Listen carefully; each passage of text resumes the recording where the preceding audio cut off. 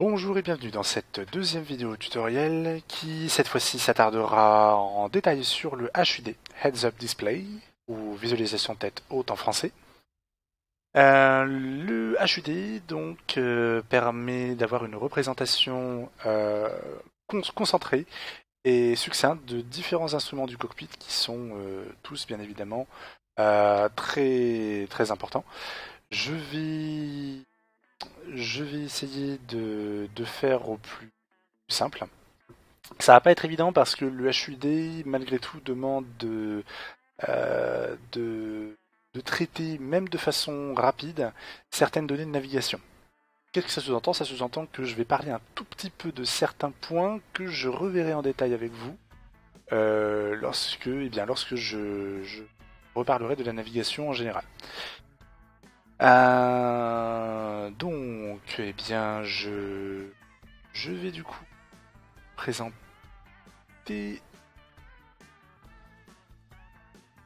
Je vais donc vous présenter, je vais donc lancer plutôt tout de suite le F15.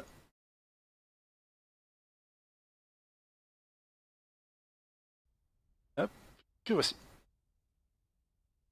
Donc voilà, dans notre cher cockpit. Voilà, on va allumer les batteries. Donc, le HUD est présent ici. Je vais pour l'instant couper mon traquillaire. Alors, il y a différents points importants pour le HUD.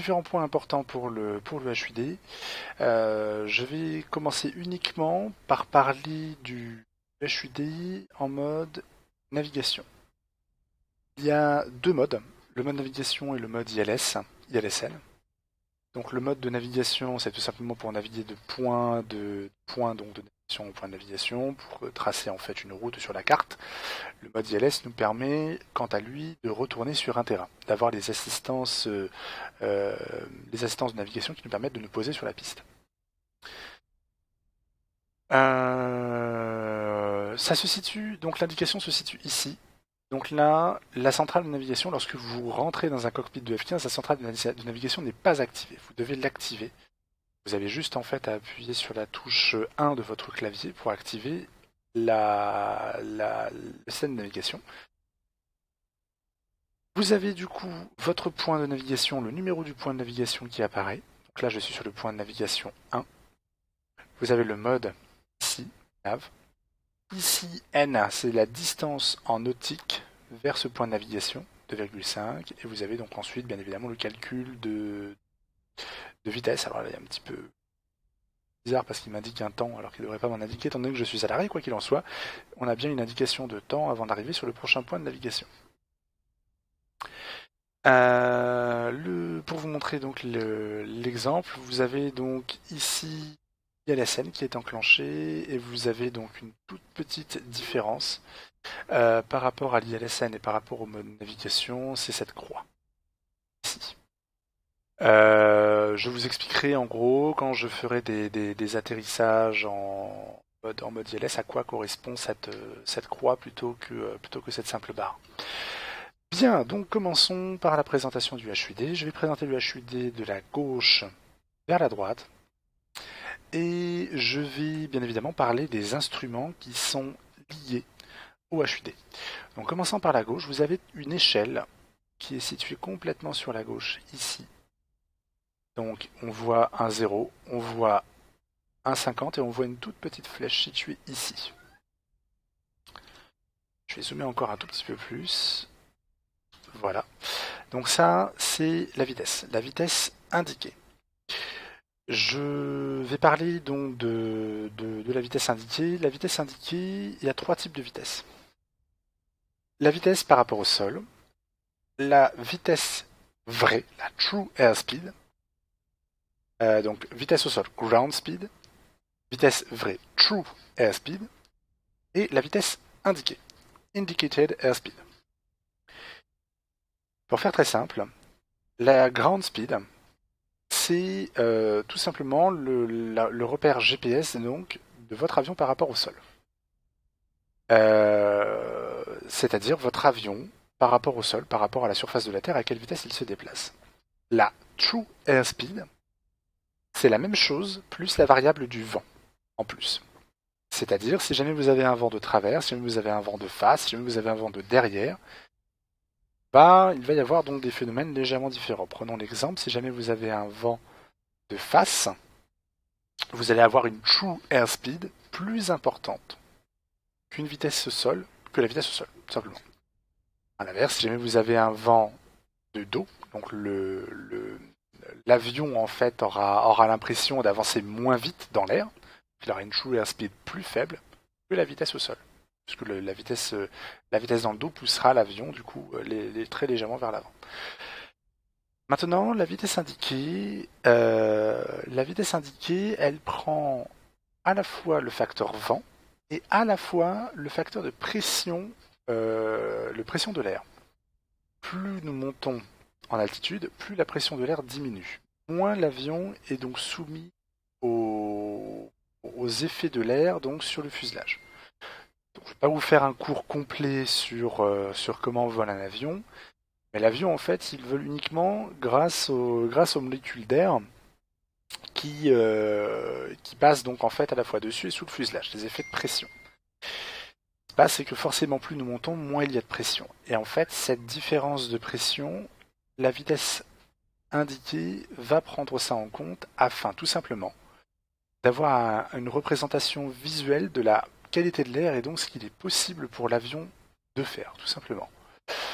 Qu'est-ce que ça signifie? Très simplement, ça signifie que plus vous êtes bas, plus votre vitesse indiquée sera haute par rapport à la vitesse au sol. Plus vous êtes haut, et moins votre vitesse indiquée sera haute par rapport à sa vitesse vraie. Par rapport à sa vitesse au sol, par rapport à sa ground speed, pour garder les termes adéquats. Alors, nous allons prendre donc très rapidement, je vais donc vous montrer où se trouve l'instrument de vitesse indiquée, mais juste avant. Sur le Vertical Situation Display, il y a les deux vitesses qui sont indiquées lorsque l'on est en mode navigation. Vous avez ici votre vitesse à vous, G pour ground speed. Là, je ne bouge absolument pas, j'ai donc 0. Et ici, vous avez T pour True Airspeed. Et là, True Airspeed, il me donne 13, c'est parce que j'ai mis du vent, pour l'exemple. Donc pour bien différencier la chose, comme quoi la True Airspeed prend bien en compte le facteur du vent. Maintenant, la vitesse indiquée se trouve ici, comme je l'ai annoncé sur la vidéo précédente. Il s'agit donc d'une seule aiguille qui prend à la fois le Mach et à la fois la vitesse indiquée. La vitesse indiquée, c'est l'échelle supérieure, le cercle supérieur. Donc, cette vitesse, elle est donc tout simplement reprise ici sur votre HUD. Maintenant, continuons en bas. Ici, vous avez deux chiffres, 10, 90. Il s'agit tout simplement du l'accéléromètre, en fait, donc avec la limite haute, ici, 9G. Et vous avez ici vos G actuels. Donc là, je ne bouge pas, je suis fixe, je suis au sol, je suis soumis à 1G, comme toute personne qui a les deux pieds sur terre, ou en tout cas qui est collée au sol. Donc il s'agit simplement de la force de gravité. Hein. Nous avons ensuite ici l'angle d'attaque. L'angle d'attaque, alors pour reprendre, l'angle d'attaque se situe ici. Donc on a bien l'échelle à 10, tel qu'indiqué en haut. Et ici vous avez donc l'accéléromètre avec l'aiguille qui pointe bien sûr 1G. Nous avons ensuite, si nous reprenons plus haut, nous avons là le cap, la boussole. Alors, la boussole, vous l'avez de deux façons dans le cockpit du F-15. Lorsque vous fermez la verrière, juste ici, et vous l'avez également sur votre Horizontal Situation Display. Le HSI qui est juste là, et vous avez donc le cap qui est indiqué ici. Tout en haut, l'espèce de petit repère, tout simplement la flèche haute.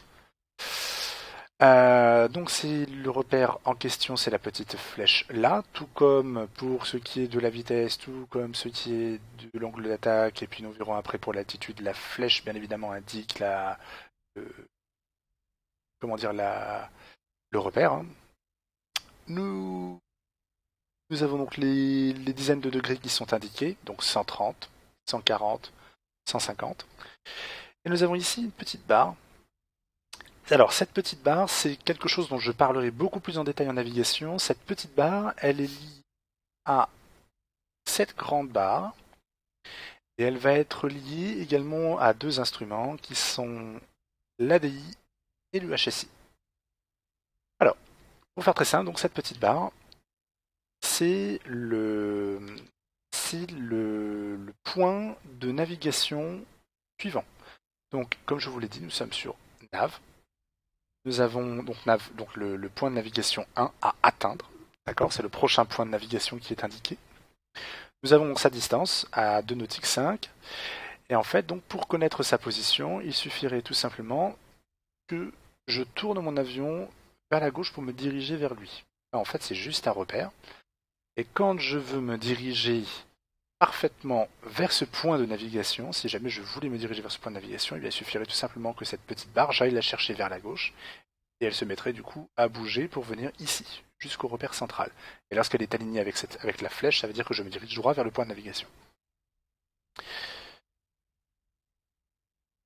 Pour vous donner un ordre d'idée, il s'agit sur le HSI de petits bouts de cette flèche. Sur le HSI, vous avez en vérité, vous avez deux flèches.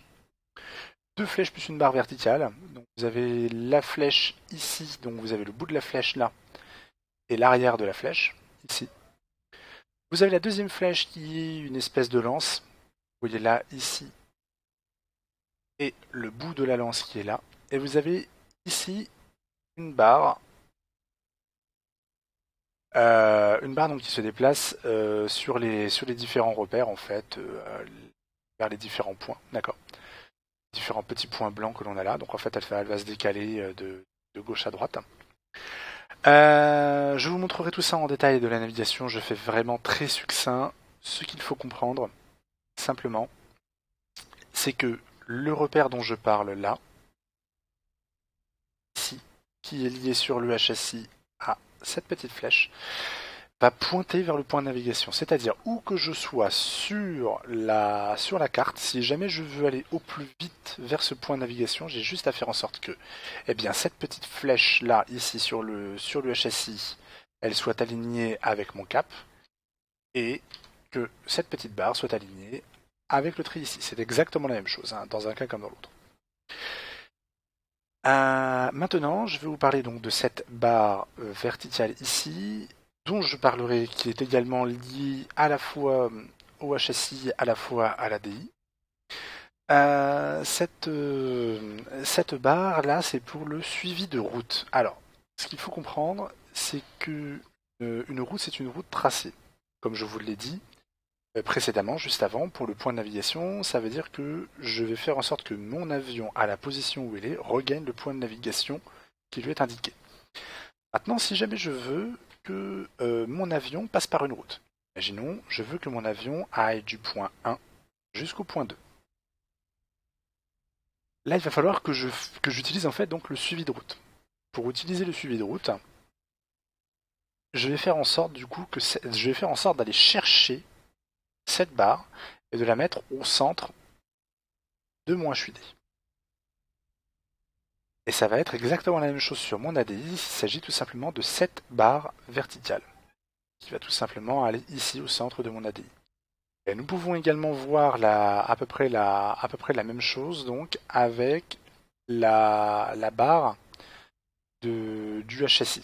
Ici. Donc là, étant donné que ce n'est qu'un seul point de navigation, je n'ai pas la possibilité, donc on verrait si jamais il y avait un véritable suivi de route, étant donné que là je suis pile poil axé sur la route évidemment, si jamais il y avait un véritable suivi de route, on verrait bien donc du coup que cette fameuse barre dont je parlais qui est juste ici, elle serait décalée légèrement vers la gauche. Mais ce sont des exemples que je donne, nous verrons cela beaucoup plus en détail lorsque je prendrai des exemples concrets pour ce qui est de la navigation. Là je vous explique juste en fait à quoi correspond quoi. Poursuivons. Nous avons ici une petite croix qui est tout simplement le repère du canon. C'est-à-dire, si jamais je devais tirer au canon sans assistance de tir, les obus partiraient dans cette direction-là. Ici, nous avons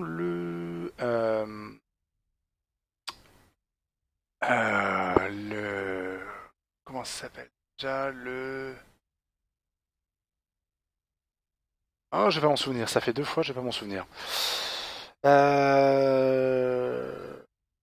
Le vecteur vitesse, voilà. Merci. Le vecteur vitesse. Alors, le vecteur vitesse, c'est tout simplement la représentation d'où va mon avion, part mon avion, en quelque sorte. Alors, c'est un petit peu abstrait quand je dis ça, mais lorsque je bouge, lorsque je suis en l'air, donc du coup, lorsque ma vitesse évolue, ce genre de choses, dès que je vais commencer à piquer, tirer sur le manche, eh bien vous allez voir en fait que le vecteur vitesse il va indiquer là où va se trouver mon avion, je dirais 1 seconde environ après la manœuvre ou ce genre de choses. Ça permet quoi? J'explique de façon très basique, hein. C'est pas tout à fait ça, il faudrait vraiment rentrer beaucoup plus dans les détails, mais j'explique de façon très basique, de façon à ce que vraiment on puisse comprendre de quoi je parle. Ça veut dire tout simplement que ce vecteur vitesse il va indiquer où se trouve parfaitement l'avion. Il faut le mettre en lien avec un deuxième repère qui est ici cette espèce de petit W qui est le nez de l'avion. Quand vous allez diminuer votre vitesse, par exemple, vous allez avoir un écart entre le vecteur vitesse et le nez de l'avion. Forcément, votre avion, en fait, il va cabrer. Moins il a de vitesse, moins il a de portance, donc plus il va avoir tendance à cabrer pour maintenir une altitude.